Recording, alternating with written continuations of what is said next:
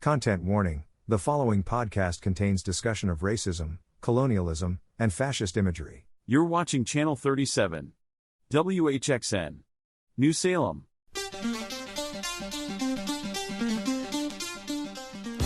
What do you mean the International High on Light Invitational ran late? That can only mean it's Channel 37's midnight movie show, After Midnight. Remember Indiana Jones? You liked Indiana Jones, right? We have Indiana Jones at home. It's King Solomon's Mines. Hello and welcome to Channel 37's Midnight Movie Show. I'm Dan, and with me are Dave. Hello. And Will. My door! Yes, it is once again after midnight, and we are here to discuss the very best of the best. Oh God! And this time we put Dave on the spot this time around. I am not to blame for once. Yeah. Yes, no, this is all entirely my fault. So, Dave, before we kind of really get into it, can you talk to us a little bit about? I know that you are, you do enjoy a kind of a pulp fiction, style of entertainment. Can you talk to us a little bit about that? I know that you've got that segment that you've been doing for a long time. Yeah. On Earth 2. Can you help us out? Yeah, I mean, I think I just kind of, ever since I was a kid, that kind of thing just always appealed to me. You know, the kind of ridiculous daring do and, you know, things like Indiana Jones and, as we've covered on Pulp Fiction, things like, like Flash Gordon, like The Phantom, The Shadow, kind of all of those kind of over-the-top, kind of taking themselves a bit too seriously style of sort of pulp adventure sort of novels and comics and TV shows and stuff. So, yeah, I've always had like a soft spot for them. Sure. And so when I was asked to choose something for After Midnight, I thought, well, we've not really done anything that's kind of been in that wheelhouse, really. And there was a lot of stuff, especially after the success of Raiders of the Lost Ark, of kind of things that would try to jump on that bandwagon for obvious reasons, because as ever, Hollywood always learns the wrong lessons from things that are popular. Right. And so, yeah, there was a lot of attempted Indiana Jones knockoffs. And I thought, well, let's give one of those a whirl and see where we end up. Yeah. Where did we end up, Dave?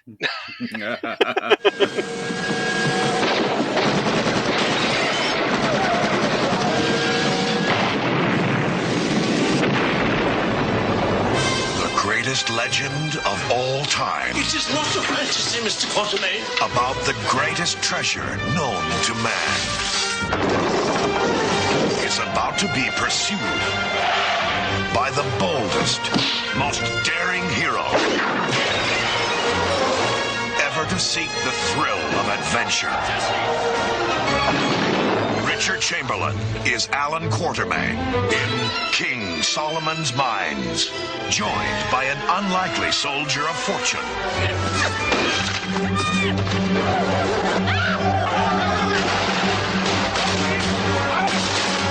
Surprise! Great reflexes, boys. The stick! Oh my God, the stick! I'm driving a car! Their only hope in the hands of the enemy. I will have only 2 words to say to you. Talk or die. That's 3 words. I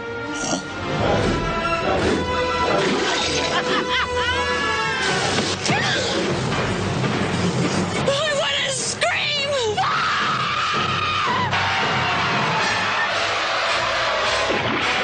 Following a mythical trail to the forbidden, impenetrable, Get her out of here! inescapable. King Solomon's Mines.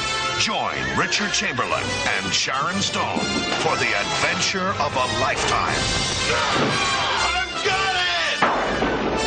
King Solomon's Mines.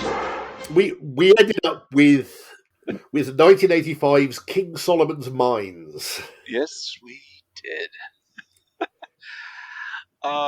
Which is sometimes, you think to yourself, okay, how racist is this going to be? Yeah. And then on the screen you see, based on the novel by H. Rider Haggard. Yeah. Oh, yeah. Probably very racist indeed. I mean, Although, to be fair, Indiana Jones is not immune from that either. No, it is not.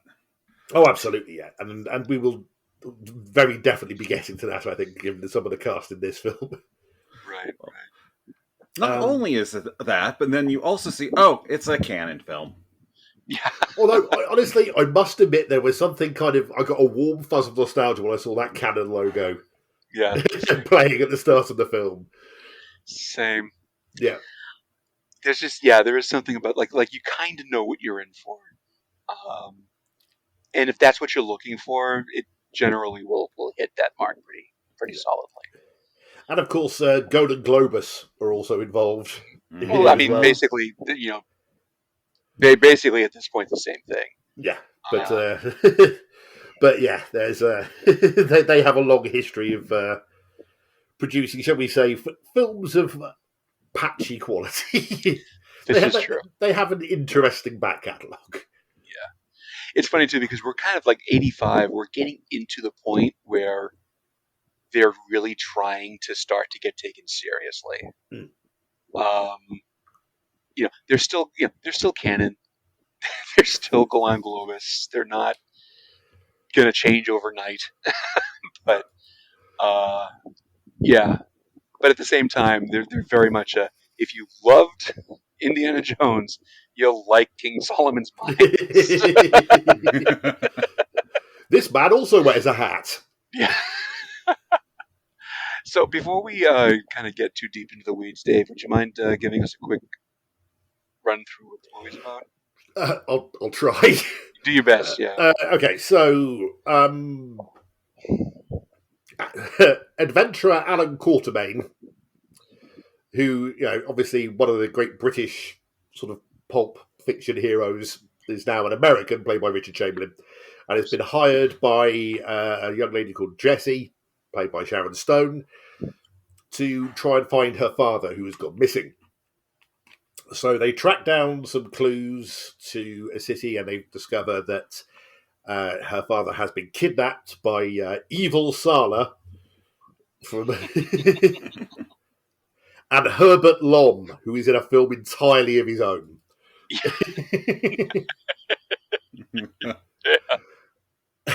And it seems that they are looking for the fabled King Solomon's Mines, and this is why they've got hold of Sharon Stone's father, who's played by the actor who played Marcus Scarman in The Pyramids of Mars. That's right. And so basically a series of misadventures occurs. There's a very protracted action scene involving a biplane. There's a fight on a train. It's pretty much every kind of sort of pulpy action scene you can think of happens along the way. They're captured by cannibals and placed in a gigantic comedy cauldron. Yeah, they're captured by nice rope swinging people who spend all their time hanging upside down. They're captured by yet another tribe, who it turns out that Quatermain's loyal manservant Dumbobo is actually the secret king of, but had been cast out. And they eventually find their way into King Solomon's Mines, which has all sorts of nefarious traps. Sure. And everybody, all the bad guys meet their end. John Rhys Davies catches fire, so I'm kind of sad Mike isn't here to discuss that. We miss you, man. Yeah. Yeah, so as soon as I saw him catch lights, oh, damn it, why isn't Mike here? Yeah.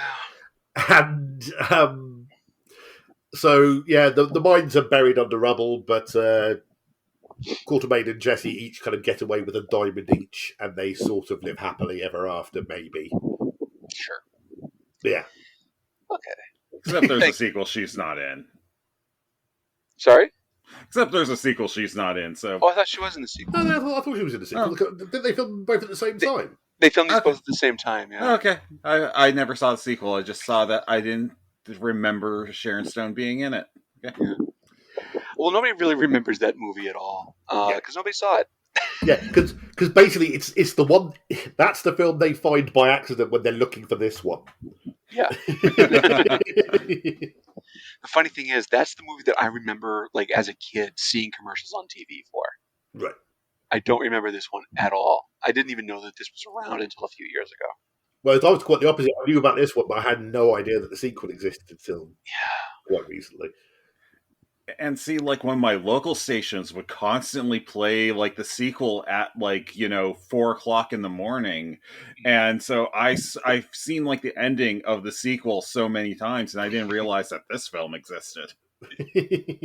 Like when you were like, oh yeah, wait, they made another Alan Quartermain movie in the 80s. Like literally, that was my experience like a couple weeks ago when you suggested this. I didn't know that Patrick Swayze made a version. I just found that out today. Oh yeah, there's in fact there's a kind of I can't remember who it's made by, but it's like a straight to TV kind of series with a definitely not Indiana Jones thing called I can't remember what it's called. It's something like Jack Danger or something. It's like a I mean it's probably not that, but it's yeah, and I think they kind of do a King Solomon's Mines. I think that's that's one of the MacGuffins in one of them. It's sort of like to pulp cinema what the Aurora Tea Garden mysteries are to mystery cinema. There's loads and loads of them. Nobody knows what order they're made in or when to watch them, but they all just kind of exist on streaming services in places. Yeah. Plus, I'm actually looking at it now. The Patrick Swayze version has Allison Doody in it, so it's got Indiana Jones cred right there. Nice. And in fact, I read one of the things I read in the trivia for this is connecting it to our previous works. Is the person who was originally in the frame for Jesse was none other than our favourite star of Breaking 2, Electric Boogaloo. His name I've temporarily forgotten, but Lucinda Dickey. Lucinda Dickey, yeah, Lucinda Dickey was apparently very much in the frame for this early on. Man, this would have been so much better with Ninja 3 in it. So the slightly also hilarious, Sharon Stone got cast by accident. Oh yeah. Well, I saw that and I was a bit sort of like that smacks of urban legend. But I mean, like, Kathleen Turner did confirm they tried to approach her for it, and she was like, "I just did Romancing the Stone. I don't want to do this kind of stuff again." Until, they were like, hey, here's some money to do Jewel of the Nile. Okay, yeah, I'll do this again. I wonder if those hold up. I haven't seen those since I was a little kid. Romancing the Stone holds up pretty well. I've never actually seen Jewel of the Nile. Okay. All right, let's just bite the bullet and talk about this movie. So this was everybody's first time seeing it, is that right? Yes. Yes. Okay. All right. So Dave, you got us into this. Why don't you talk to us about what you thought? Where'd you land on this? I feel like if you took everything that the Mummy is in terms of a Brendan Fraser mummy, the Brendan Fraser Stephen Sommers mummy, and if you did the opposite of everything that film did, you would get this. Yeah. Yeah, it's like it's got moments that are supposed to be funny, but they just come across as, but they're sort of too few and far between to make it consistently comic, and it just makes it look like everyone is just mugging at the camera. Like I said in the synopsis, Herbert Lom is in a film entirely of his own, having presumably as a symptom of spending too much time with Peter Sellers in the 80s. he's just out there doing something else entirely. Yeah, I mean, like, Richard Chamberlain is fine. I mean, like, he's Richard Chamberlain. But the guy can act, and sort of he certainly has a degree of charm. Sharon Stone is not great. No. In a role which, frankly, I feel was made for Kim Cattrall. 80s Kim Cattrall in that role would have been amazing. Yes, because yes, she absolutely will. because in the things like that, she kind of really kind of gets the assignment. She plays a very similar kind of damsel in distress, but you can kind of take care of herself role in Big Trouble in Little China, and she makes that work really well. And I think that would have been like if you were casting around for someone to play that role in the 80s, she would have been definitely one of my kind of top choices to do that, because she'd have got the tone way better and would have kind of worked with the little she's given. But I mean, there's no getting around it. There is a lot of national stereotyping in this. Mm-hmm. Yeah, all the Africans are animal skin wearing, spear waving savages. Sort of, the Germans are all Teutonic, Wagner obsessed lunatics. The Turkish people are all untrustworthy, and given, as you say, given the source material, yes, absolutely, that's probably lifted from the page. But and as we've already said, like, it's not to suggest that the Indiana Jones films don't have massive problems in some of the way that they depict other cultures, but even sort of like Temple of Doom at its worst feels like subtle commentary compared to the stuff that's going on in here. Oh yeah, and yeah, it just makes it kind of quite uncomfortable to watch a lot of the time, which in a way is a pity, because there are some stuff that's pretty well executed. I mean, I've got most of the action scenes seem to be fairly well pulled off. They've clearly spent a lot of money on people in the background as extras. I mean, there's hordes of people in some of the shots. There were a couple of moments that did genuinely make me laugh in the way that I think they were intended to. Like the moment where Jessie screams before she's about to be thrown into the pot, and then everybody screams back at her in sort of euphoria. I thought that was actually kind of funny. And the score's pretty good. I think this is Jerry Goldsmith's score, isn't it? It is Jerry Goldsmith. And sort of, Jerry Goldsmith, when you absolutely want to sound like John Williams but can't afford John Williams, you hire Jerry Goldsmith. So like the score's pretty good.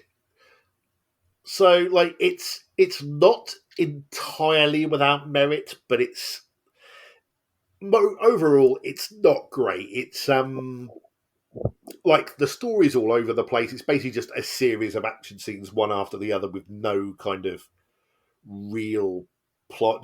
Basically, somebody remembers to mention King Solomon's Mines once every 20 minutes, just to kind of remind us what we're actually supposed to be doing here.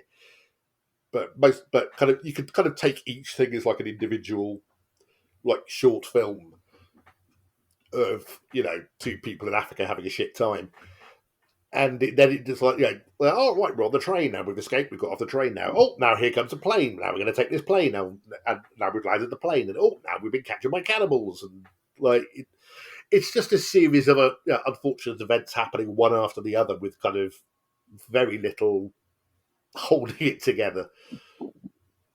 Which in a way is kind of like trying to realize that sort of 30s serial style of action storytelling, because I mean, you could say the same thing about Star Wars. Honestly, you could say the same thing about honestly, Raiders. There's a lot of that in Raiders as well. But yeah, in here it's very noticeable. You're absolutely right. Yeah, I think it's the lack of strong narrative through line through it all, which kind of like which is why this film doesn't get away with it and Raiders does. Because like you've got those strong characters all the way through the middle of it, and that very kind of definite, everything's leading up to this. Like, this is the MacGuffin we're chasing, and here are our very tangible villains who are after it. Whereas the villains here are just caricatures. And it's like, and the movie kind of does start with a tangible through line. Hey, buddy. It does start with Sharon Stone's hired him to find her father, but then they find him 20 minutes into the movie. Yep. And after that, it's just, all right, I guess we're just gonna walk around for a while until we find this mine. Yeah, I think it's only like 90 minutes or so long, but it just felt like it took forever. Yeah. when your film is like 100 minutes long and you could probably cut 40 minutes of it, you kind of fucked up. Yeah. Okay. Will, how about yourself? I know you've got things to say, Will. How about yourself? Okay, I mean, honestly, like, this is like just one of those films, like, it's bad. It's just really bad. Like, I don't even think I could show this to people bad. Because, I mean, I'm just gonna say right now, Sharon Stone is not a bad actress. Now. Yeah, but her performance, I mean, pretty much half my notes are John Rhys Davies is wasted in this film. Richard Chamberlain is wasted in this film. Ken Gampa is wasted in this film. I never say that about Sharon Stone because seriously, her performance in this film makes her performance in Catwoman look like Sophie's Choice. Like, I am just constantly, I'm just constantly watching her in this, and I'm like, you don't want to be here. I can tell that. You are putting no effort into this. And Jesus Christ, your character is too stupid to live. Like, it's literally just, oh, you escape by literally getting rolled off of the side of a building. Oh, you're in the plane and you accidentally started it and now you're having to fly it. Okay, you want to go and grab the diamonds off the rock that will obviously kill you. Really? And it's just like, Richard Chamberlain is a very attractive man. And I'm just watching him in this, I'm like, you also, like, you're a class act. You're actually trying to put some effort into this, but there's only so much you can do with what you're given, and when you're given nothing, you can't polish a turd. You're just going to end up with nothing because you polish all the turd away, and yeah.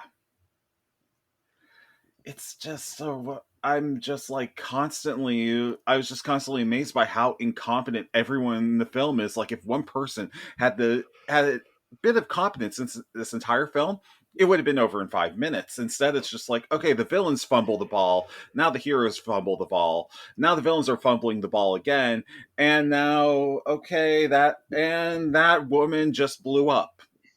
And now it's causing the entire volcano to blow up because I guess she was made of dynamite. Yeah, and I think this is where the kind of the tone is the problem, because they're clearly going. They wanted to try and make it a bit more comic, which is why there are these kind of slapstick moments. But because it's not comic enough, like you say, it just makes everyone look incompetent. Like, if it had gone the full kind of let's parody Indiana Jones, let's just make this like utterly ridiculous, they might have got away with that more than what they actually do here. But as it's not funny enough that the moments that they've added as broad comedy just make it seem like everybody's an idiot. Yeah, and I mean, like, you can have humor in this kind of film. I mean, Romancing the Stone is a good example. Indiana Jones has some great humor in it, but you have to actually be able to balance that with, making people believe in the stakes of your film. And they're not. I mean, literally, it's just like, okay, they're getting thrown into a comical pot of supposedly boiling water filled with vegetables that this part of the world would not have, and okay, they're just going to roll down a hill now.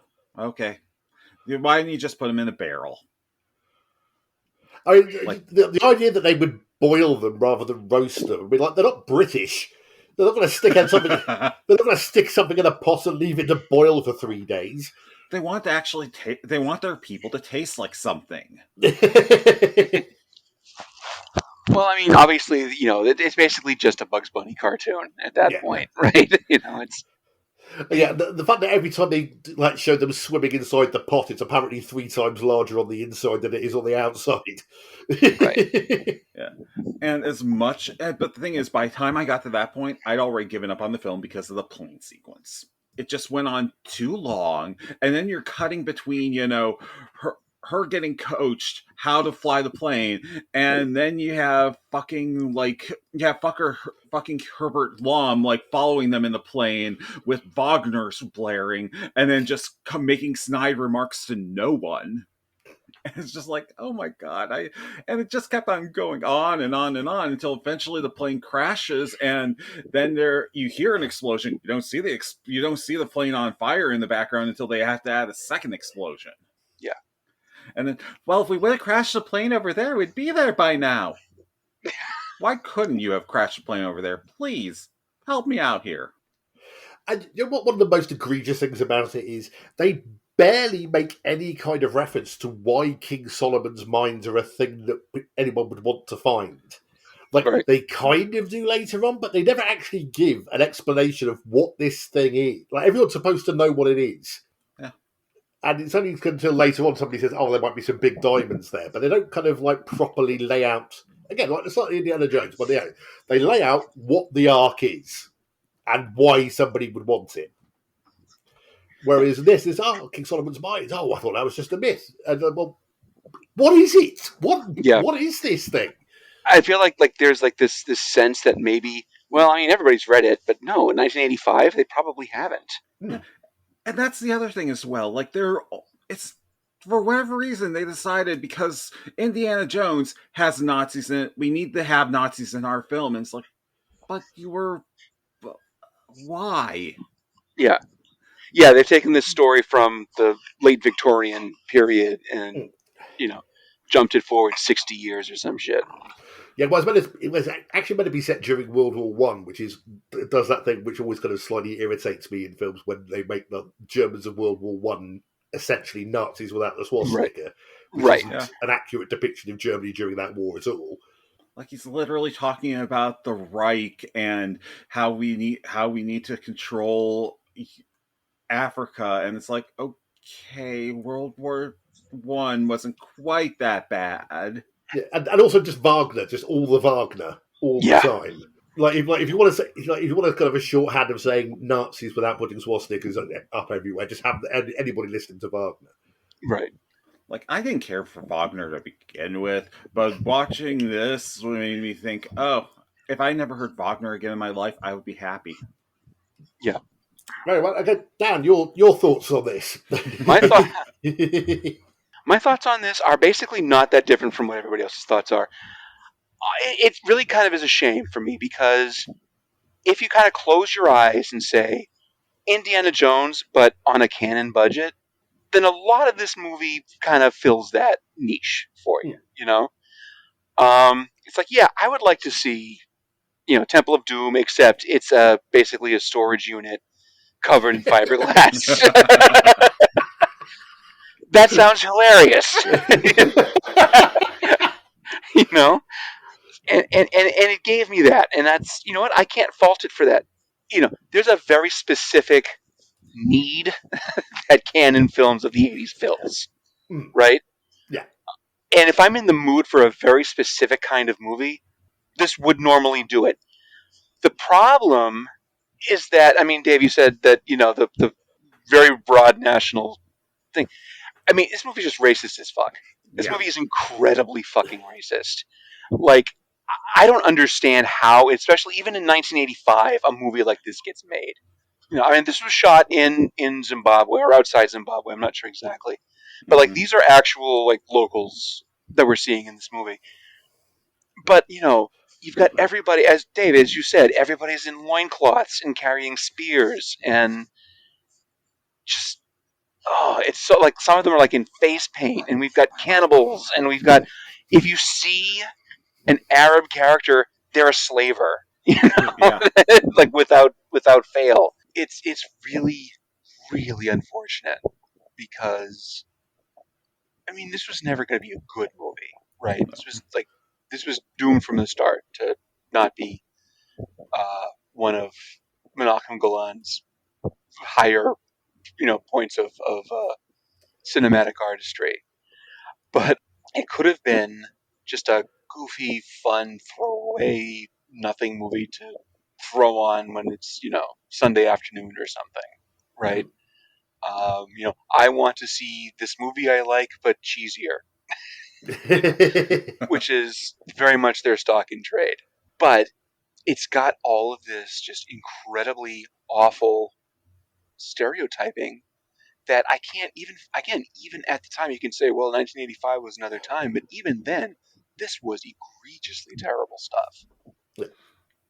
Like, I like Richard Chamberlain, but his defense of this is just like was incredibly tone deaf. I quote, "I happen to think that people are people. I don't care where they come from as long as they do a good job. This is a comedy, and one of the best defenses against out-of-date stereotypes is to poke fun at them. It shows how absurd they are," says the white guy. Yeah. Yeah. Yeah, that's kind of not your call, Richard. Yeah. Like, it's just radically tone deaf. For all of its tone deafness, from a pure pulp movie point of view, they throw in pretty much everything out of the pulp movie playbook. Like, there's fighting on top of a train. There's somebody clinging to the wing of a biplane. There's quicksand. There's spikes lowering from the ceiling. There's like if you had like a checklist of stuff that happens in films like this, they're just kind of ticking them all off and trying to get as many as they possibly can. They're crossing the body of water on the stones, but don't step on the one with the big target on it. Don't step on that one. Which one? The big red one. That's very obviously larger and different looking than all the others. Oh, don't worry, it just makes things collapse. Oh, and there's a giant monster in the water also. Yeah. Oh yes, the amount of unconvincing creatures that turned up in the last third of this. That giant spider. The spider from Spookies was scarier than that. It was. And also at the same time, it's like, okay, there's a giant spider in these mines. In these mines. But then we don't ever see the giant spider again. Yeah. Like, a guy just kind of looks at it and goes, "Oh!" And then we don't.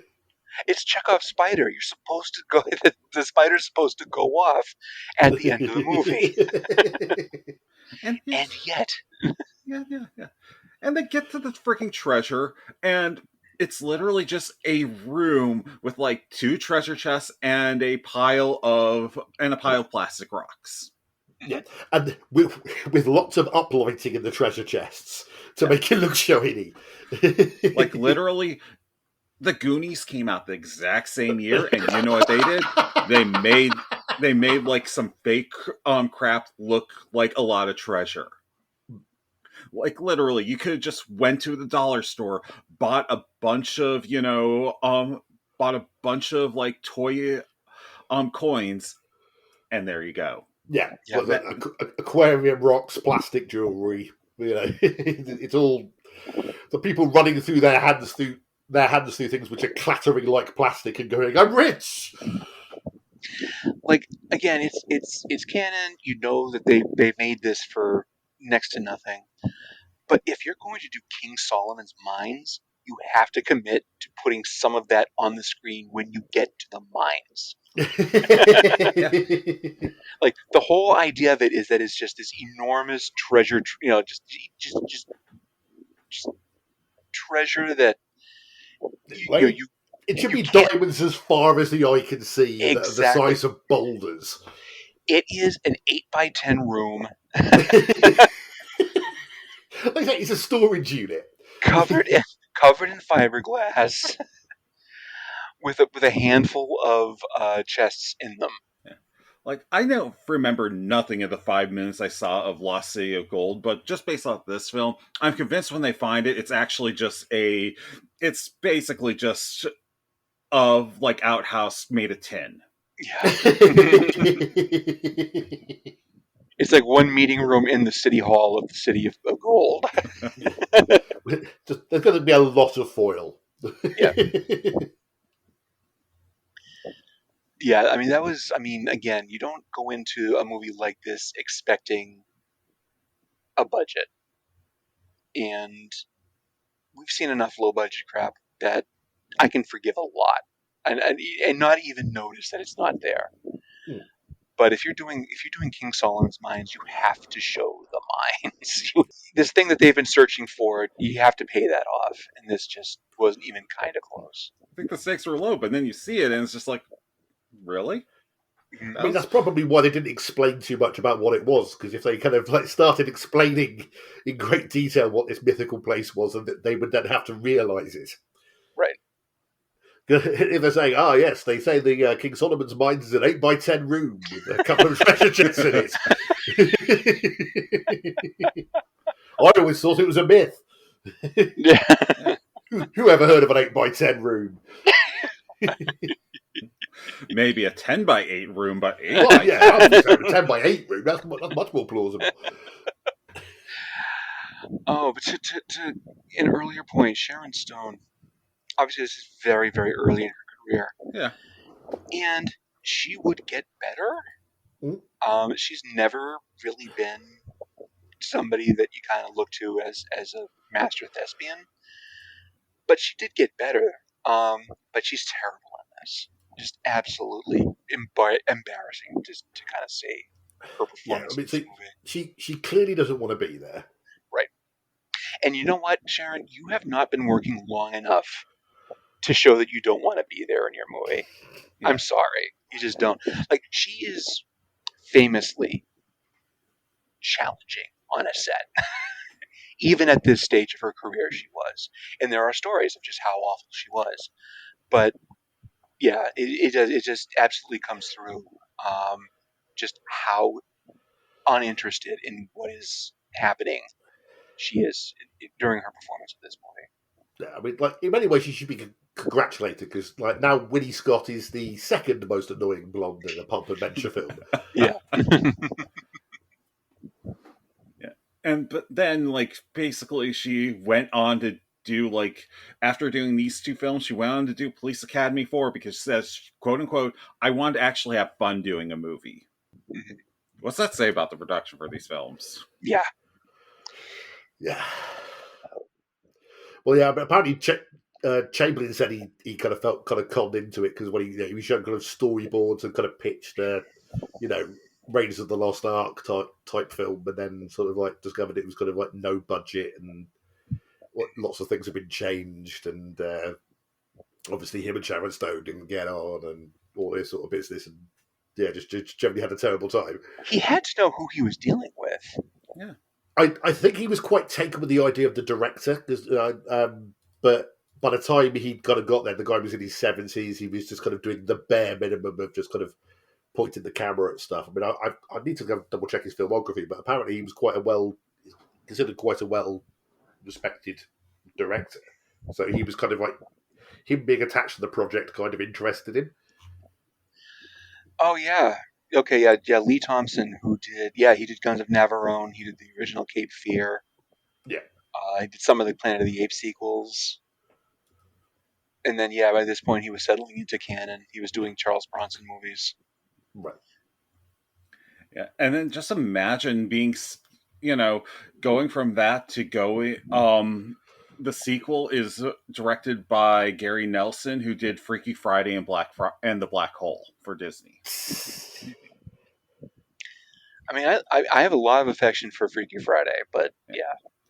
Yeah, most of what he's doing is not good work. It's literally just being suckered into doing the sequel at the same time, and then just we're getting the guy who did the big special effects movie for Disney that's not Tron. Mm-hmm. Oh, poor The Black Hole. But I mean, good for Richard Chamberlain, because he was able to get his husband at the time cast in the film as his brother. I love canon, while recognizing that they made a lot of absolute garbage. But this is. Had Richard Chamberlain done the Thornbirds by this point? Yes. Yeah, he was king of the miniseries by this point. He hadn't actually done a feature in several years. Right. He'd done like Shogun and Thornbirds and all that kind of thing was kind of what he was known for. Yeah, I mean, I remember the first thing I kind of saw him in when I was growing up was obviously the Three Musketeers. Actually, interesting. I hadn't realised that Shogun. I've been watching the new version of Shogun on Disney Plus and really enjoying it. the British character does sound a little bit too disturbingly like Boris Johnson for my liking. But yeah, I haven't. Cause I was kind of interested about the book and that, and it was adapted with Richard Chamberlain. It's like, oh right, okay. It's like Richard Chamberlain again playing another character who's supposed to be British. Well, I guess for some reason Hollywood thought he had a Britishness about him at a time when American studios didn't want to cast British actors in main roles for some reason, unless they were super famous. I think it's the chest hair that made people accidentally confuse him with Sean Connery for a moment. Oh god, could you imagine if Sean Connery had played this Alan Quatermain? I mean, his career would have ended a lot quicker than it did. Well, yeah. I don't know. I think like Connery could have weathered it. Yeah, Connery would have, but then Connery would have been like, "Oh, fuck this! I can retire." Playing Quatermain is what led him to do it. Yeah. That might have been fun if they got Richard Chamberlain back to play Alan Quatermain, who was the extraordinary gentleman, like he was playing, like it was this Quatermain. Oh, that's the thing. Like they've been trying to make a third film for years, and even Richard Chamberlain, was still going to say, "Yeah, no, I'll go ahead and do it." And then, one of Golan Globus died, and then the other one, just kind of went off the deep end, and film obviously hasn't happened. Like, honestly, for me, this movie really is just a lot of missed opportunity. It was never going to be good, but it could have been fun. Yeah. I'd like I said, there's little building blocks there which could have made it better. I mean, like, as I say, like the Jeremy Goldsmith score's pretty good. It is. It's just a pity it's soundtracking terrible things. Yeah. Yes. And there is so much stuff which is such a direct rip-off of Raiders. Like chasing after Jessie when she's inside the carpet is very obviously meant to be Marion in the laundry basket. Right. Mm-hmm. And like to the point where you can't possibly mistake it for, like, if you've seen Raiders, you know what this film is doing. Like it's not a subtle nod; it's a wholesale rip-off. Like that whole scene. I mean, it's set in the kind of Middle Eastern marketplace. Yeah. It could be the same set. Yeah. It's that similar. And to the point of even having John Rhys Davies living there. Yeah. Only in less subtle brown face than he was in when he was in Raiders of the Lost Ark. Yeah, that's very true. Yeah, I mean, like John Rhys Davies playing Salem was always a problem. Yes. Like let's not say that's like Raiders is magically fine. But at least like they didn't go as heavy on the kind of brown makeup as they do with him in this, which is just kind of like, yeah, it's terrible. It is terrible. But the fact also they kept on doing it with John Rhys Davies in other Indiana Jones films after, as recent as last year. Yeah, it's like you could almost just not bring Sala back. Yeah. or you have Sala's son or brother. Yeah, like just either way, just not having a very white British guy playing an Egyptian would be fine. Yeah, I mean here he's I feel like he's trying to the extent that he tries when he knows he's got a dog on his hands. Which is to say a little bit. He kind of coasts on his natural charisma. Yeah, this is very much Trial of the Incredible Hulk John Rhys Davies we're getting here, rather than Lord of the Rings John Rhys Davies. Yeah. And you can't even say he's being the cartoonish bad guy because he's sitting next to Herbert Lom. Yeah. Although he is almost kind of cartoonishly unkillable in the last third of this film. Like he's shot, buried under rubble, and just every time you think he's gone, he keeps coming back. Like it takes setting him on fire and him exploding in a lava pit to be absolutely sure he's dead. Oh my god, I'm sorry. That made me laugh every single time. Every single time somebody fell in the lava pit and they exploded, with the After Effects explosion on top of superimposed over everything. Oh my god, that was so amazing. That was so amazing. I loved that so much. That's what I come to these movies for. Yeah, that kind of level of ridiculousness. I would like to point out that looking at the box office for this film, it actually opened at number one. And that's partially because Canon pretty much like oversaturated like the market in a few areas with advertisements for it just to get people to go and see it, and it worked. Yeah. Like it opened at number one. Number two was One Magic Christmas, which is a Disney Christmas movie. I mean, they picked a very slow month by the sound of it. Yeah. I mean, they opened it at just the right time because the following week, it's not at number one because Rocky 4 is. Yeah. Number two is Santa Claus. Santa Claus the movie. Yeah. A film I feel like I'll have to watch again at some point. But like one thing, the tone of this movie is just all over the place. Yes. Like every now and then you've got like a exciting action scene, stunt work that's really great and kind of subtle, more Raiders type of humor. Yeah. And then the next time you've got a guy with a gramophone sinking in quicksand, or our heroes in a gigantic Bugs Bunny cooking pot, surrounded like they're actually like cutting vegetables into the pot while it's heating up around them. It's just like, pick a tone. It's very hard to get into the swing of this movie because for lots of reasons, but that for me is one of them. It just can't decide how funny it wants to be.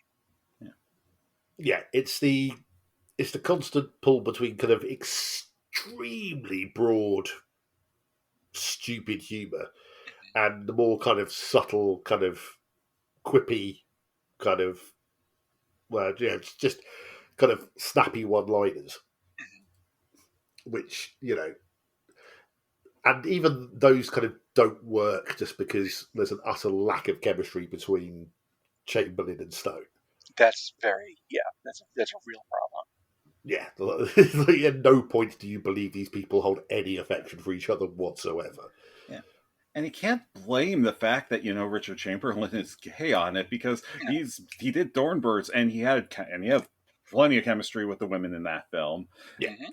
And Sharon Stone, I mean, mind you, yes, Sharon Stone, her marriage is falling apart at this point. That's part of why this production was so terrible for her. But at the same time, the fact that you're also banking on them having chemistry for a sequel, and if you get chemistry for the first film.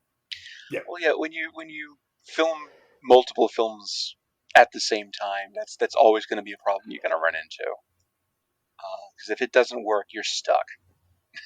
Well, I think they were very much taking a page out of the book of the Salkins, who obviously were well known for filming films two films back to back, and then kind of like having a kind of ready to go sequel, to the point where they actually created legislation against that. Yeah, because it was for them it was a budget saving thing. You film two back to back, you only pay them for one film and then release two. I get that, they were kind of banking on this doing well, so they kind of got one in the can at the same time, and then just kind of like, oh, right, well, we'll release it in canon cinemas, but because we'll make people watch it, but everybody else gets it straight to video. Well, that's just it. I mean, it's amazing to me still to this day that canon movies actually made it to the screen, but they did. Yeah. Because everything about them screams direct to video. That wasn't super a thing at that point. No. And they did have their own chain of cinemas, so yeah. Plus, I mean, when you went to the Cineplex, you would see Rocky 4 would be on the big screen, and King Solomon's Mines would be on one of the other ones. Yeah. They were definitely there. And I will say, like, when you look these up on IMDb, the posters are really nice. Well, I know I have banged on about this so much, but the lost art of the film poster, where people won't pay artists and stuff anymore. That you see some of these like terrible films, but the artwork for their posters is sublime. And whereas like these days, even sort of like mid-budget things just have a really badly photoshopped, kind of on a white background, sort of the most minimum effort you could possibly go to. Here's the pictures of four of all the cast, like just kind of looking excited, and we're using the exact same three colors on everyone. Yeah. Yeah, I mean, Canon was all about, yes, they were like churning these movies out like crazy, but it was all about selling the movie. Yeah. They would have these amazing posters, and they'd be like announcing stuff in the trades before a single frame of film was shot. They'd be, Yeah. like, I mean, the sizzle reel for Spider-Man is out there. Like, you never even got the rights, dudes. Like, how, like, but they did it, and they just got by on chutzpah for 10 years. I really need to get around to watching that Canon documentary. Oh, it's wonderful. Yeah. It's really, really good. Yeah, because I mean, like, it's they're a fascinating studio in a way, just kind of like in terms of. I think all of us kind of remember Canon films from our childhood, but not necessarily from anything that blew us away. But they were always just kind of present. Yeah. Well, that's just it. I mean, like they'd have this thing where it's like, yeah, we're gonna make 30 movies a year. One of them will probably hit. Yeah. You know? One of them will make enough money that we can make 30 more next year. Yeah. You know, and that's an interesting way of going about it. But at the same time, you have to admire it because at the base of that is we love movies. Yeah. We want to make movies, as opposed to, like, you know, we'll talk about some of these other movies that we've seen specifically for this segment, where it's like they're just churning out product. Yeah. They're making, especially the more modern stuff that we've kind of covered. Mm-hmm. We're just like, for me, like somebody like Charles Band is the example of this, where it's like, yeah, at one point he was like making movies that were not great, but they were fun and they were shot on film.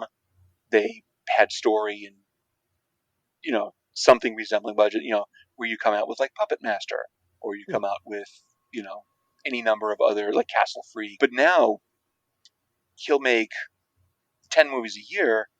They're all 65 minutes. They're all shot on video, and they've been sold to Tubi before anything else happened. The first thing he did was sell the movie, and now he's just got to come up with something to fulfill that back order. Shit like that, I got no time for it. Yeah, and like, you know, you're not. Yes, you probably aren't. You shouldn't expect too much from the sequel to Sorority Babes and the Slime Ball Bowl-orama. But yeah, at least expect a little bit of effort out of it. I was surprised at how angry I got when I watched that movie. Like, the first one is by no stretch of the imagination classic American cinema, but it was a movie. You know, like it was a movie with a story and characters and what have you. It's the rare time that a film would have been improved by David Dakota being involved. And how often do you get to say that, right? Yeah. Never. Like, like, you know, I love that Brink Stevens is getting the opportunity to direct, but this is just, I'm, you know what? Off topic. The point being that Canon, for all their schlock, at least enjoyed what they were doing, and were doing this because they wanted to make movies. You know, like even Corman was just putting out product. Yeah. Yeah. Oh, absolutely. I mean, yes, Corman was like, you know, quite good at putting these things together, but it was about turning a profit. It was about kind of like what can we latch on to that's making money, and how do we cash in on that and make something that again will allow us to make more stuff. But it's all it was about the machine, wasn't it? I mean, that was pretty much what indie cinema was in the 80s, was just, we're trying to make films that will give it some money, as opposed to indie studios in the 90s, where we want to make the new The Piano Lesson. Yeah. Yeah, well, that's the thing. I mean, in the 80s, that's why there was so many slasher movies, because they cost nothing to make and people went to see them. Mm. You know, if you were starting out, that's what you made. And on behalf of this podcast, thank heavens for that. Yeah. Because if it wasn't for all these things trying to catch in, we would have a much thinner pool of things to be choosing from. That's very true. I think we might be done talking about this movie, guys. Yeah, we are. We've been done for like about probably 10, 20 minutes. Like King Solomon's Mines, it was a lot of padding not to have to talk about King Solomon's Mines. mean, I think it's useful to acknowledge Cannon's contribution to the film lexicon, if nothing else. They made some genuinely good movies, and also Masters of the Universe was there. I like Masters of the Universe. I do too. I mean, for what it is. I mean, that was like their last like attempt to go big. You got to admire that. I mean, I will say for Masters of the Universe, my main complaint is like they've clearly spent a lot of money on the sets, on the costumes and stuff, but the camera is constantly pointing in the wrong place. The director is terrible at shooting action, which otherwise I think with all these kind of. All right, well, I think we're done. Yep, I think we're done. Go to bed. Everybody, go to bed. Just leave. Nobody trusts each other, and we're all very tired. Channel 37's Midnight Movie Show was presented by Will Ackerman, Dave Probert, and DJ Toland. We salute you, Canon Films, without whom none of this would have been necessary. Oh, I was just telling. We were talking about Tubi. Okay. We were making the outtake. Oh. Okay. Okay. Well, I guess we have to get back to talking about this piece of shit, don't we? Yeah, I guess we do.